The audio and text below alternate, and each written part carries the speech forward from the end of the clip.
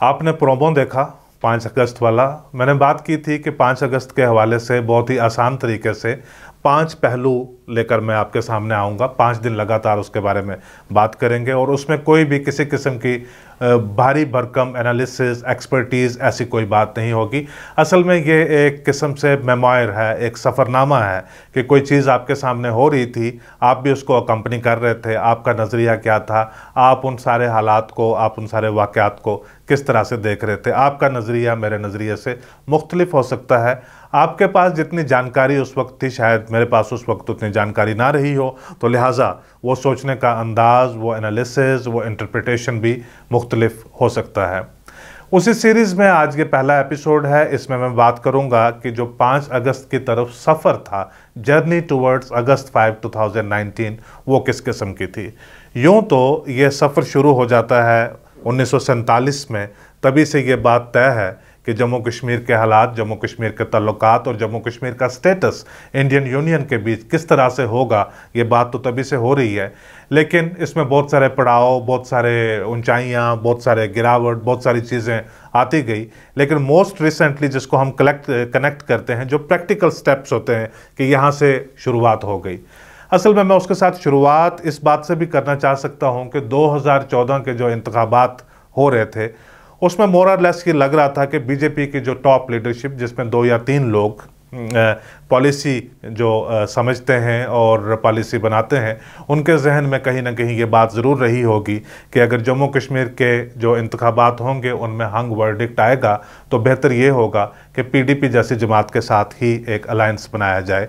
लेकिन उस वक्त हमारे लोगों के साथ बहस मुबासे हुआ करते थे कि 2 आइडियोलॉजिकल राइवल्स, मुफ्ती सईद खुद कहा करते थे कि एक नॉर्थ पोल और एक साउथ पोल, इनके दरमियान तो ये एक हम आंगी, इनके दरमियान एक अलायंस हो ही नहीं सकता।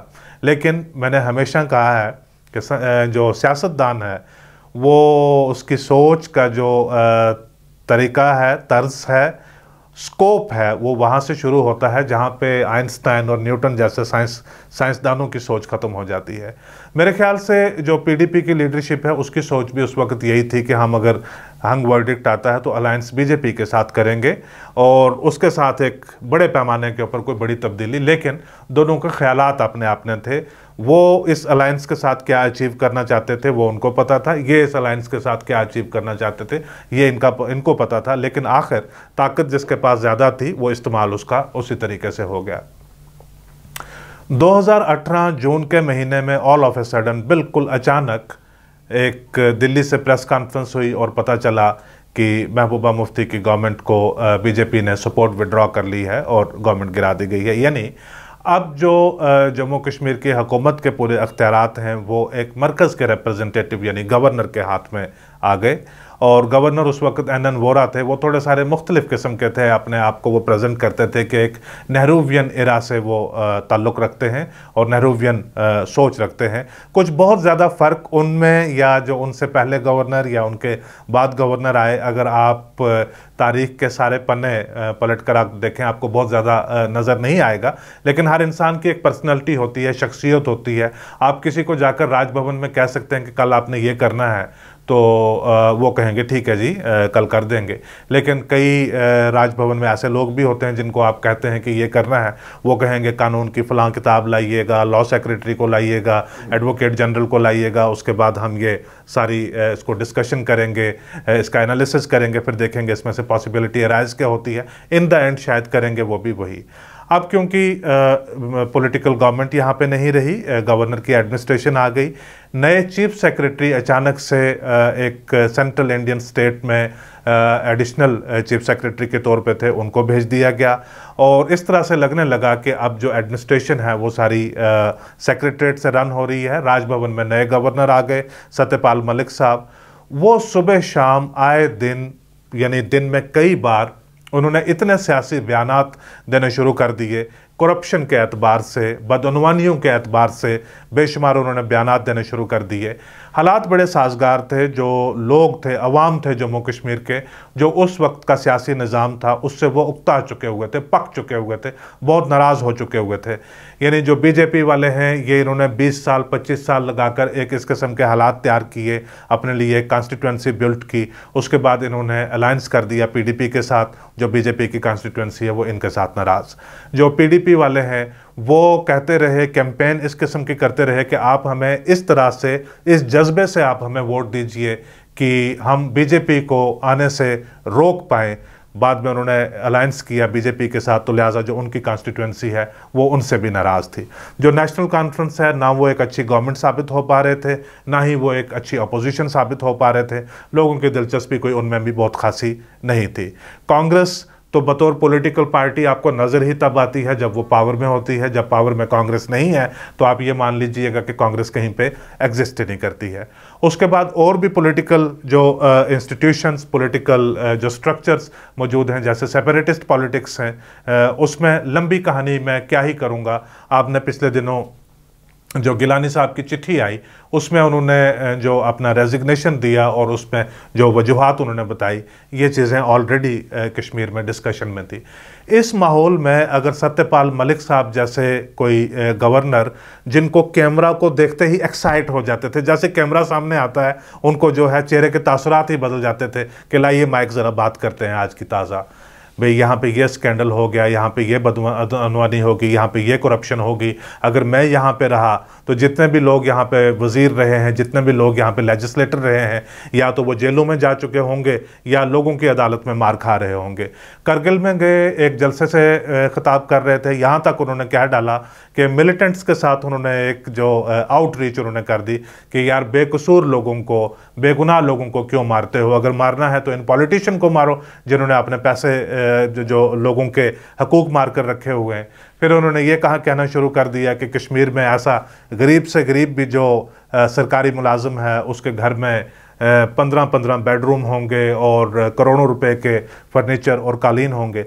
जब ये बातें सारी करते थे, हर एक आम आदमी जो जम्मू कश्मीर में था उसके दिल को ये बात अच्छी लगती थी। वो कहते थे कि हाँ ये बात ये सही कह रहे हैं, क्योंकि उस वक्त तक यहाँ की जो सियासत है वो इस हद तक डिस्क्रेडिट हो चुकी हुई थी। अब जब ये बात मैं करता हूँ, लोग सुनते हैं तो वो नाराज़ होते हैं। वो कहते हैं कि आप किस बिना पे कहते हैं कि सियासत डिस्क्रेडिट, आप देख लीजिए फलां हमारे लीडर हैं, उनकी इतनी बड़ी मॉरल अथॉरिटी है, वो इतनी बेहतरीन बात करते हैं, उन्होंने कभी फलां चीज़ के ऊपर कॉम्प्रोमाइज़ नहीं किया। हमें ये बात याद रखनी चाहिए कि जो प्रोलॉन्ग्ड पॉलिटिकल कन्फ्लिक्ट जिन जगहों में होते हैं वहाँ पे सोसाइटीज़ पॉलिटिकल लेवल के ऊपर, सोशल लेवल के ऊपर इसी तरह से डीपली डिवाइडेड होती हैं। जो ट्रस्ट डेफिसिट है वो इतना डीप होता है कि उसमें ये सारी बातें, जब आप दूसरे के बारे में बात कहेंगे कि वो बुरा है, वो बात आपको अच्छी लगेगी। तो लिहाजा जून 2018 के बाद आपके पास ऐसी बहुत सारी पॉसिबिलिटीज़ थी कि एक पॉलिटिकल गवर्नमेंट दोबारा बन सकती थी। जब बीजेपी ने सपोर्ट विड्रॉ की, कांग्रेस का और नेशनल कॉन्फ्रेंस की जो सपोर्ट है वो पीडीपी के पास पहले से एक जिसको कार्ट ब्लैंच कहते हैं, एक ब्लैंक चेक की तरह वो उन्होंने देकर रखा हुआ था कि आप जब भी चाहें आप हमारी आउटसाइड सपोर्ट लेकर गवर्नमेंट बना सकते हैं। लेकिन महबूबा ने फैसला लिया, उन्होंने कहा हम गवर्नमेंट नहीं बनाएंगे। अब मयाद होती है, आप 6 महीने तक आप इंतज़ार करते हैं। एक पॉसिबिलिटी इसमें ऐसी अराइज हुई कि पता चला कि बीजेपी अपनी पूरी की पूरी सपोर्ट दे रही है, 26 MLAs अपने सपोर्ट दे रहे हैं सजाद लोन को, जिनके सिर्फ 2 ही MLAs थे, और बाकी लोग शायद पॉसिबली ऐसा बताया जा रहा था कि पीडीपी से या नेशनल कॉन्फ्रेंस से या कांग्रेस से टूट कर आ सकते हैं और 44 का आंकड़ा बना सकते हैं तो सजाद लोन की गवर्नमेंट बन जाएगी। लेकिन ऐसा भी मुमकिन नहीं हो सका, क्योंकि एक काउंटर बिड जो है वो नेशनल कॉन्फ्रेंस, कांग्रेस और पीडीपी ने मिलकर पेश कर दी, और उसके चलते गवर्नर साहब ने, जब 2 विकल्प उनके पास मौजूद थे, उन्होंने कहा कि ये कोई आई होगी ऑफ़र वगैरह, हमारे पास राजभवन में किसी किस्म की चिट्ठी आई होगी, लेकिन मेरी फैक्स मशीन ख़राब थी और एक फेस्टिवल था, उसकी वजह से खाना भी मैं नहीं बन पाया राजभवन में, वो भी मैंने बाहर से डिलीवरी करवाई, जोमेटो ऐप या किसी भी तरीके से उन्होंने खाना मंगवाया, और राजभवन में टेलीफोन उठाने वाला भी कोई नहीं था। मैं देख रहा था कि ये व्हाट्सएप और ट्विटर के थ्रू राजभवन को अपने क्लेम और काउंटर क्लेम नवंबर 2018 में प्रेजेंट कर रहे थे। जब गवर्नर ने दोनों ऑप्शंस मुस्तरद कर दी, उससे ये पता चला कि गवर्नर चाहते ही नहीं थे कि कोई सरकार बने। कुछ महीनों के बाद एक माहौल बना कि अब पार्लियामेंट के इलेक्शन आने वाले थे, लेकिन इस दौरान कुछ इंपॉर्टेंट चीज़ें हुई कि पंचायत के इलेक्शंस हुए और अर्बन लोकल बॉडीज़ के इलेक्शंस हुए। पंचायत के और अर्बन लोकल बॉडीज़ के इलेक्शन जब हो रहे थे, तब नेशनल कॉन्फ्रेंस और पीपल्स डेमोक्रेटिक पार्टी ने बाइकआउट किया। उन्होंने कहा कि हम तब तक इन इंतखाबात में पार्टिसिपेशन नहीं कर सकते जब तक हमें एक पूरी तरह से मरकज़ की तरफ से एक गारंटी, एक एश्योरेंस ऐसी नहीं मिल जाती कि वो आर्टिकल 370 का, तो ये सोच से ही बाहर था कि आर्टिकल 370 को भी हटाने की बात चल सकती है। आर्टिकल 35A, जिसके बारे में अदालतों में उस वक्त चर्चा हो रही थी कि जब तक वो गारंटी ना दे दें कि वो आर्टिकल 35A का पूरा कॉन्स्टिट्यूशनल आईनी तहफ़्फ़ुज़ करेंगे, एश्योर करेंगे, गारंटी करेंगे, तब तक हम इन इंतखाबात में पार्टिसिपेट ही नहीं करेंगे, शमूलियत ही नहीं लेंगे। वो इस तरह से रूठ के बैठे हुए थे, लेकिन एट द सेम टाइम एक नई पॉलिटिकल एक्टिविटी, क्योंकि बहुत सारे लोग होते हैं वो कहते हैं कि ये एक अपॉर्चुनिटी है, अगर ट्रेडिशनल हिस्टोरिक लोग जो इसमें पार्टिसिपेशन करते थे अगर वो नहीं आते हैं तो हमारे पास ये एक मौका है, हम इसमें पार्टिसिपेट करते हैं। वो इंतखाबात भी हो गए। अब आ गए आपके लोकसभा के इंतखाबात, जिनके लिए तैयारियां 2019 के शुरुआती महीनों में हो रही थी। इलेक्शन कमीशन की टीम भी यहां पे आ रही थी, बाकी सिक्योरिटी के पॉइंट ऑफ व्यू से भी जायज़ा लिया जा रहा था। बहुत सारी बातें हुई, लेकिन आखिर में कंक्लूजन ये निकला कि इलेक्शन कमीशन ऑफ इंडिया ने ये कहा, on the basis of inputs provided by Jammu and Kashmir government, कि पार्लियामेंट इंतखाबात करवाने के लिए हालात साजगार हैं सिक्योरिटी के पॉइंट ऑफ व्यू से, लेकिन असेंबली इलेक्शन करवाने के लिए हालात साजगार नहीं है।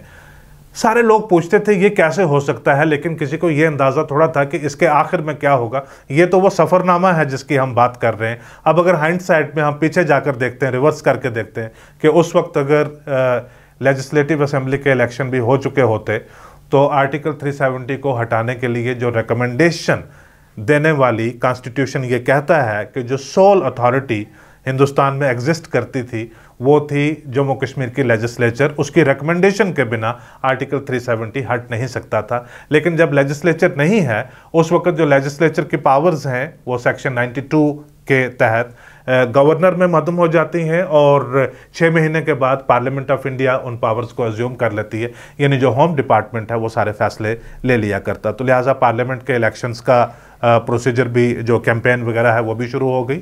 और इस दौरान 14 फरवरी को पुलवामा में एक बहुत बड़ा सानिया, एक बहुत बड़ा टेररिस्ट अटैक हुआ CRPF पे, और उसके बाद हालात इस कदर बदल गए जम्मू कश्मीर के अंदर के भी और जो बाहमी तल्लुकात हैं इंडिया और पाकिस्तान के भी, कि अब ये एक मैटर ऑफ स्पेकुलेशन था कि इसमें रिटेलिएशन किस किस्म की होती है। लेकिन कंट्री की पॉलिटिकल लीडरशिप ने कहा कि इसमें रिटेलिएशन होगी। कुछ दिनों के बाद बालाकोट में गए, वहाँ पे जाकर अटैक किया। उसके 2 दिन के बाद पाकिस्तानी आए और उन्होंने भी हमारे 1-2 इलाका जात में पेलोड्स ड्रॉप किए, और फिर वो अभिनंदन साहब वाला जो मामला है वो हुआ, वो वापस आए। ये सारी चीज़ें टेलीवाइज्ड हैं, आपने देखी। ये वो वक्त था जब ये लग रहा था कि कि 2 कंट्रीज जो हैं they are at the brink of war with each other. जब ये सारा मामला हो रहा था, मुझे याद है कि उस दिन दुनिया के जो बड़े अखबारात हैं, बड़े टेलीविज़न चैनल्स हैं, बड़े तज्जियाकार हैं, वहाँ पे वो क्या लिख रहे थे और वो क्या बात कर रहे थे, वो पॉसिबिलिटीज़ के बारे में बात कर रहे थे कि डायलॉग में क्या रेंज ऑफ पॉसिबिलिटीज़ जो हैं डायलॉग आपको ऑफ़र करता है। क्यों? क्योंकि सिंगापुर में उस दिन सदर ट्रंप और उनके दोस्त किम जोंग उन ये आपस में डायलॉग कर रहे थे, और जब ट्रंप को वहाँ पे पता चला कि इंडिया और पाकिस्तान के दरमियान इस किस्म की बातें हो रही हैं, तो उन्होंने वहाँ से एक बयान शाया किया था। उन्होंने कहा था कि जो खबर मेरे पास पहुँच रही है उससे मुझे ये अंदाज़ा लग रहा है कि डेंजरस प्रोपोर्शंस अज्यूम हो रहे हैं। एयर स्पेस वगैरह इंडिया ने और पाकिस्तान ने शट कर दी और जंग के हालात बन गए। ये बीच में हम 5 अगस्त के सफ़र की बात में कर रहे थे, बीच में ये तफसील मुझे लानी इसलिए ज़रूरी मैंने समझी जब ये सब हो रहा था और कश्मीर के बहुत सारी जो बिल्डिंग्स हैं, हॉस्पिटल्स हैं, उनके ऊपर प्लस का निशान जो है वो पेंट किया जा रहा था कि क्योंकि अगर कोई जंगी हालात बन जाएं तो कम से कम पता रहे कि ये हॉस्पिटल है या क्या है, ताकि इसके ऊपर कोई अटैक ना हो, उस किस्म की तैयारियां हो रही थी। लेकिन कश्मीर में हुर्रियत की कॉल के ऊपर, जिसको सपोर्ट सारी पॉलिटिकल पार्टीज ने देकर रखी थी, इन्हीं दिनों में यानी 27, 28 और फरवरी और 1 मार्च के दौरान 3 दिन की एक हड़ताल चल रही थी। जो हड़ताल पुलवामा की वजह से नहीं थी, जिस हड़ताल की बिना बालाकोट नहीं था, जिस हड़ताल की बिना पाकिस्तान का जो इंट्रूड करना इंडियन एयर स्पेस के अंदर वो नहीं था, उस हड़ताल की बिना ये थी कि एक स्पेकुलेटिव रिपोर्ट थी एक न्यूज़पेपर में कि 3 मार्च को या 4 मार्च को सुप्रीम कोर्ट में आर्टिकल 35A के ऊपर सुनवाई होने वाली है। तो वो हड़ताल यहाँ पे कर रहे थे, एक प्रेशर माउंट कर रहे थे कि हमारी बात सुनिए, ये अदालतों के ज़रिए इस तरह से मत कीजिए। तो उस दिन मैं किसी दोस्त के साथ बात कर रहा था कि आप देखिए कि डिस्कनेक्ट जो है रियलिटी के जो सारे पहलू हैं उसमें कितना है कि एक तरफ हालात इस किस्म के बने हुए हैं और हम समझ रहे हैं कि यहाँ से ये कुछ मामला इस किस्म का होने वाला है।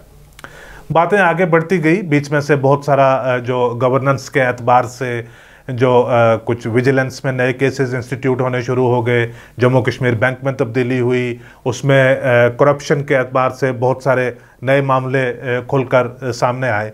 तो धीरे धीरे करके आहिस्ता आहिस्ता ग्रेजुअली जम्मू कश्मीर के तमाम लोग ऑलमोस्ट इस सारी डिस्कशन में, इस सारी चीज़ में शामिल हो गए कि हाँ, जो हालात पहले से यहाँ पे चल रहे थे वो हालात अच्छे नहीं थे, इस स्टेटस को तब्दील करने की ज़रूरत है, नई लीडरशिप, नया तौर, नई तर्ज और नए तरीक़ाकार अडॉप्ट करने की ज़रूरत है। अब आ गया जुलाई का महीना, लगभग आज के दिन जब हम आपस में बात कर रहे हैं ये, तो हम उस चिट्ठी के बारे में बात कर रहे थे। कोई मुकेश ततरवे नाम के आदमी थे होम मिनिस्ट्री में, जिन्होंने कहा था कि ये इतनी बटालियंस हैं, इनकी डिप्लॉयमेंट जम्मू कश्मीर में इमीडिएटली भेजी जाए। पर्पज़ क्या था इसका कुछ उन्होंने अंदाज़ा नहीं दिया था। हम भी यहाँ पे इन्वेस्टिगेट करने लगे क्योंकि चिट्ठी दर चिट्ठी आने लगी। एक और चिट्ठी आई और उसमें एक रेलवे के एक अधिकारी हैं कश्मीर में, उन्होंने कहा कि 4 महीने के लिए ड्राई राशन, खर्चा वर्चा सारे ये इंतज़ाम तो करके रखिए, लेकिन घड़ों में या टंकियों में पानी तक भी स्टोर करके रखिए क्योंकि ये भी ज़रूरत पड़ सकती है। तो तब जाकर सोचें कि कोई न्यूक्लियर वॉर होने वाली है, होने क्या वाला है यहाँ पे कि एक एंग्जाइटी, एक क्यूरियोसिटी, फियर इस किस्म का होना शुरू हो गया। जब ये चिट्ठियाँ आने लगी तो जो रियासती सरकार के अंदर जो एहलकार आला सतह के ऊपर हैं उनके साथ हम बात करते, उनसे पूछते हाँ जी इस चिट्ठी के तो कोई डॉट तो आपस में कनेक्ट हों, किसी चीज़ का कोई पता नहीं चल रहा था। मैंने कलीग से बात की, मैंने कहा जो एडिशनल डायरेक्टर जनरल हैं सिक्योरिटी के और लॉ एंड ऑर्डर के, क्योंकि उनको भी कॉपी किया हुआ, उनसे पूछिए कि ये किस कॉन्टेक्स्ट में है। तो उन्होंने बात की, कहते हैं हाँ की केड़ी चिट्ठी है यार, मैंने व्हाट्सएप करा जरा मैं देखांगा। तो उन्होंने व्हाट्सएप किया, देखा, कहते हाँ यार वो अमरनाथ यात्रा भी चलती पई है, फिर अगे इलैक्शन भी आएंगे तो ताई है डिप्लॉयमेंट वगैरह ये इंडक्शन डी इंडक्शन होती रहती है, तो रूटीन जी चीज़ है, तो कुछ भी नहीं है। तो बड़ा रीअश्योरिंग सा लगा कि ये मामला नॉर्मल है। दिन आगे बढ़ते गए, इसी तरह से और चिट्ठियाँ आनी शुरू हो गई। एक दिन अचानक से जो बहुत सारे कॉलेजेस और यूनिवर्सिटीज़ हैं, ख़ास करके जिस तरह से NIT है उसमें बहुत सारे बच्चे जम्मू कश्मीर के तो हैं लेकिन जम्मू कश्मीर से बाहर से भी होते हैं, उनको इतलात हिदायत दी गई कि आप अपने हॉस्टल छोड़कर चले जाइए। पॉलीटेक्निक वगैरह मुख्तलिफ कॉलेजेस के बच्चों को इतलात दी गई कि आप हॉस्टल छोड़कर चले जाइए। शाम को जब एहलकारों से पूछें कि ये क्या मामला है, कहते नहीं पता नहीं, शायद कोई मिसकम्युनिकेशन है, गलती है कोई।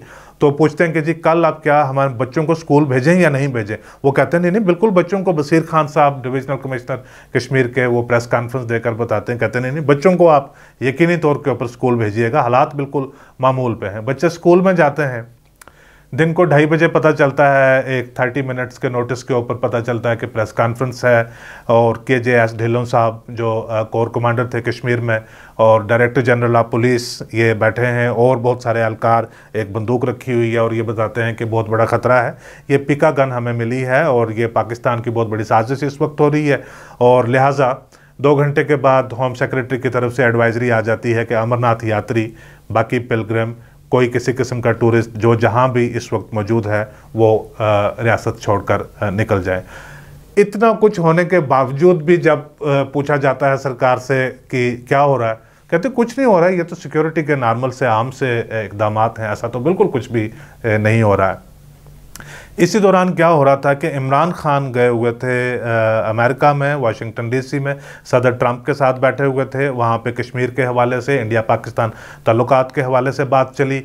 तो ट्रंप ने कहा कि yes I would like to intervene, मैं मोदी साहब के साथ मैंने बात की है और उन्होंने भी मुझे कहा है कि तुम आओ यार, हमारा मामला कुछ सॉल्व करवाओ। इंडिया ने बड़े ज़बरदस्त तरीके से इस बात को रिजेक्ट किया। उन्होंने कहा कि ना तो हमने कभी आपसे गुजारिश की कि आप हमारी मदद कीजिए और ना ही हमें आपकी किसी किस्म की मदद की ज़रूरत है। तो अब हमारा ध्यान जो है वो उस तरफ चला गया कि कहीं ऐसा तो नहीं है कि अमेरिका की शाह पे पाकिस्तान कुछ लाइन ऑफ कंट्रोल के ऊपर कोई ऐसी हरकत करना चाहते हैं कि जिसकी तैयारी में हमारी ये तैयारियां इस किस्म की हो रही हैं, लेकिन कुछ बात क्लैरिटी के साथ आ नहीं रही थी। इसी किस्म के ऑर्डर्स वगैरह ये सारी चीज़ें आती गई।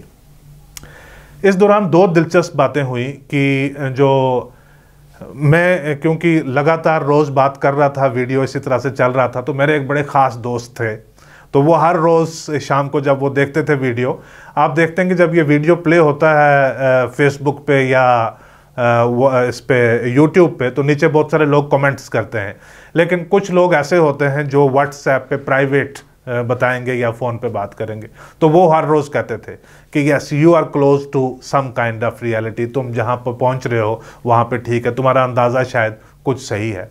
जब मैंने बात को बहुत नज़दीक लाया, उसको अमेरिका के साथ, पाकिस्तान के साथ और जियोपॉलिटिक जियो स्ट्रेटेजिक चीज़ों के साथ कनेक्ट किया, क्योंकि यही हो सकता था और कोई पॉसिबिलिटी थी नहीं। यहाँ पे हाईएस्ट लेवल से जो कॉन्स्टिट्यूशनल पोजीशंस के ऊपर लोग बैठे हुए हैं उनकी तरफ से क्लैरिफिकेशन आ रही थी कि जो हमारे कॉन्स्टिट्यूशनल प्रिंसिपल्स हैं, अरेंजमेंट्स हैं, एग्रीड जो चीज़ें हैं, उनको तो किसी किस्म की कोई छेड़छाड़ हो ही नहीं रही है। बल्कि इसी दौरान फारूक अब्दुल्ला साहब, उमर अब्दुल्ला साहब और इनकी पार्टी के दो और मेंबरान पार्लियामेंट, इन्होंने प्राइम मिनिस्टर साहब के साथ मुलाकात की और मुलाकात करते ही आके इन्होंने बयान दिया। इन्होंने कहा कि हमने प्राइम मिनिस्टर साहब के साथ बात की है और इन्होंने हमें अश्योर किया है, उन्होंने कहा है कि इस किस्म की कोई बात नहीं है, आप वापस जाइए, अवाम के साथ मिलिए और इंतखाबात की तैयारी कीजिए, यानी असेंबली के इलेक्शन कभी भी हो सकते हैं, तो सिक्योरिटी की डिप्लॉयमेंट हो सकता है। तब आपको लगता है कि शायद सिक्योरिटी की डिप्लॉयमेंट इसी हवाले से हो रही हो। तो उससे लगा कि अब इससे बड़ी एश्योरेंस और क्या आ सकती है। ये जो मेरे दोस्त हैं मुझे बहुत करीब से देख रहे थे, इस सारे एपिसोड्स को एंजॉय कर रहे थे और बाद साथ में आपने फीडबैक कमेंट्स भी दे रहे थे। 3 अगस्त का जब मेरा एपिसोड आया तो ये शायद उस दिन दिल्ली में थे, तो इन्होंने वहाँ से मुझे व्हाट्सएप पे मैसेज किया। इन्होंने कहा कि this was far below your standard.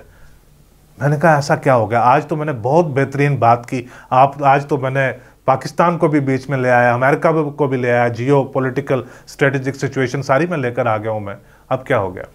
कहते नहीं बात करेंगे इसके बारे में। तो हमने तय पाया कि हम दूसरे दिन शाम को आपस में मिलेंगे, बात करेंगे। उसी शाम को आपको पता है कि जो कश्मीर में रीजनल पॉलिटिकल पार्टीज़ की सारी लीडरशिप है वो भी एक दूसरे के साथ कोई गुपकार रोड में जा रहा है, कोई फेयर व्यू रेजिडेंस पे जा रहा है, कोई 41 नंबर गुपकार पे जा रहा है और गवर्नर साहब से मिलने के लिए जा रहे हैं। इन सब को भी गवर्नर साहब ने एश्योरेंस दी कि मैं आपको यकीन दिला सकता हूँ कि आर्टिकल 370 के हवाले से या 35 के हवाले से अभी तक इस किस्म की कोई पेशरफ्त नहीं है, कल क्या होगा उसका मुझे कोई पता नहीं है। लेकिन गवर्नर कौन होते हैं जिनमें वो सारी पावर्स थी जो लेजिस्लेचर में होनी चाहिए थी, जिनकी रिकमेंडेशन होम मिनिस्टर ने पार्लियामेंट में कहा कि उनकी रिकमेंडेशन आई, उस रिकमेंडेशन की बिना के ऊपर जब वो technical aspect, legal aspect, constitutional requirement जब वो एक्सप्लेन कर रहे थे तो वो कह रहे थे कि गवर्नर की रिकमेंडेशन के ऊपर हमने ये बात की। तो गवर्नर कहते हैं नहीं जी अभी तक तो कुछ नहीं है, कल कुछ होगा तो मैं उसके बारे में बता नहीं सकता। अगर गवर्नर को सब पता था और वो बता नहीं रहे थे तो इस बात का बहुत अफसोस है, और अगर गवर्नर को कुछ पता नहीं था और उन्होंने भी टेलीविज़न के ऊपर दूसरी तरह से देखा तो तब भी मेरे ख्याल से ये अपने आप की एक यूनिक सिचुएशन रही होगी। लेकिन मैं वापस आता हूँ मेरे उस दोस्त पे। दोस्त के साथ मुलाकात करने के लिए मैं जब 4 अगस्त की शाम को गया, और तब तक हमें पता चल रहा था कि जम्मू कश्मीर के हर कोने में मैसिव लेवल के ऊपर सिक्योरिटी की डिप्लॉयमेंट हो चुकी हुई थी। और कंसर्टिना वायर जो है वो, जैसे ये एक लंबी चौड़ी एक गली है, एक रोड है, इसमें उसका जो एक पूरा रोल है वो यहाँ पे रख दिया गया था, लेकिन यहाँ तक बिछाया नहीं गया था। यानी आपको एक टेलीफोन आएगा, आप इसको वायर को खींचेंगे, यहाँ तक बिछा देंगे और सब बंद कर देंगे। इनके साथ बातचीत हुई, गप हुई, सारा कुछ हुआ, क्या हो रहा है, कैसे हो रहा है। तो वो इस तरह से मेरे साथ बात कर रहे थे जैसे उनको अंदाज़ा था कि मुझे 90% बातों का पता है, और जाहिर है मैं भी इसी एहतराम से बात कर रहा था कि उनको सारी बातों का पता है, हम खुल नहीं रहे थे पूरी तरह से। तो आहिस्ता आहिस्ता मैंने पूछा, मैंने कहा जी क्या होने क्या वाला है, ट्राइफरकेशन होगी, 370 जाएगा, 35A जाएगा, 370 खैर मैं माफ़ कीजिएगा, मैं कहता हूँ कि 370 का तो मैंने नाम भी नहीं लिया क्योंकि ये मेरे ख्वाबों ख्याल से भी बाहर था। 35A है, क्या मामला है। उन्होंने कहा मुझे एक बात की समझ नहीं आती, ये उमर अब्दुल्ला और महबूबा मुफ्ती और ये बाकी लीडरान, आज़ाद साहब, ये किस तरह से सियासत यहाँ पे करते रहे हैं। इन्होंने कॉन्स्टिट्यूशन ऑफ इंडिया और कॉन्स्टिट्यूशन ऑफ जम्मू कश्मीर का कभी तफसील से मुतालिया पूरी तरह से किया भी है कि नहीं। ये जो बातें कर रहे हैं, जिस डायरेक्शन में ये सारी बात कर रहे हैं, मुझे लगता है कि इनको समझ ही नहीं आ रही है कि क्या क्या पॉसिबिलिटीज़ हैं, क्या क्या चीज़ें हो सकती हैं। तो मैंने कहा कुछ तो आप अंदाज़ा मुझे बताइए कि क्या हो रहा है। तो कहते हैं कि जो Constitution of India Application to Jammu and Kashmir Order 1954 है, वो आप पढ़ लीजिए तो आपको सारी बात का पता चल जाएगा। मैंने कहा जी खुल के बता दीजिए, आप बैठे तो हैं यहाँ पे। तो कहते हैं आप देखो ना, मैंने चिट्ठी लिफाफे में डालकर दे दी, आप लिफाफा खोलकर चिट्ठी पढ़ लेना, इतना काम तो कर लेना, जर्नलिस्ट हो तुम। मैं घर पे आ गया। रात को मैंने किसी को कहा, इंटरनेट वगैरह की थोड़ी दिक्कत आ रही थी, मैंने कहा कि वो डॉक्यूमेंट आ जाए। वो डॉक्यूमेंट आया तो मैं खाना वाना खाने के बाद उसको मैंने पढ़ना शुरू कर दिया। सवेरे कोई 2:30 बजे 3 बजे के करीब मैं डॉक्यूमेंट को पढ़ के जब मेरा मुकम्मल हुआ तो तब मैं इस नतीजे के ऊपर पहुंचा पूरे यकीन के साथ कि पूरा जो कॉन्स्टिट्यूशनल अरेंजमेंट है, स्टेटस है, हैसियत है, वो बदल जाएगी। आर्टिकल 370 और 35A चले जाएंगे। लेकिन ये है, इस कंक्लूजन के ऊपर पहुंच रहा था मैं लगभग सुबह 3 बजे के करीब, और पार्लियामेंट की कार्रवाई 9 साढ़े 9 बजे शुरू हो रही थी। तो that wouldn't have made any difference. ये वक्त वैसे भी चाहिए था सोने के लिए, और इस एंग्जाइटी के लिए कि 9 बजे आराम से फ्रेश होकर आए, और बाकी सारी चीज़ जो है उसके बाद आपने टेलीविज़न के ऊपर देख ली। ये एक रिकैप था, एक रिकलेक्शन थी उन सारी इवेंट्स की कि मैंने ज़ाती तौर के ऊपर इन इवेंट्स को अनफोल्ड होते हुए कैसे देखा।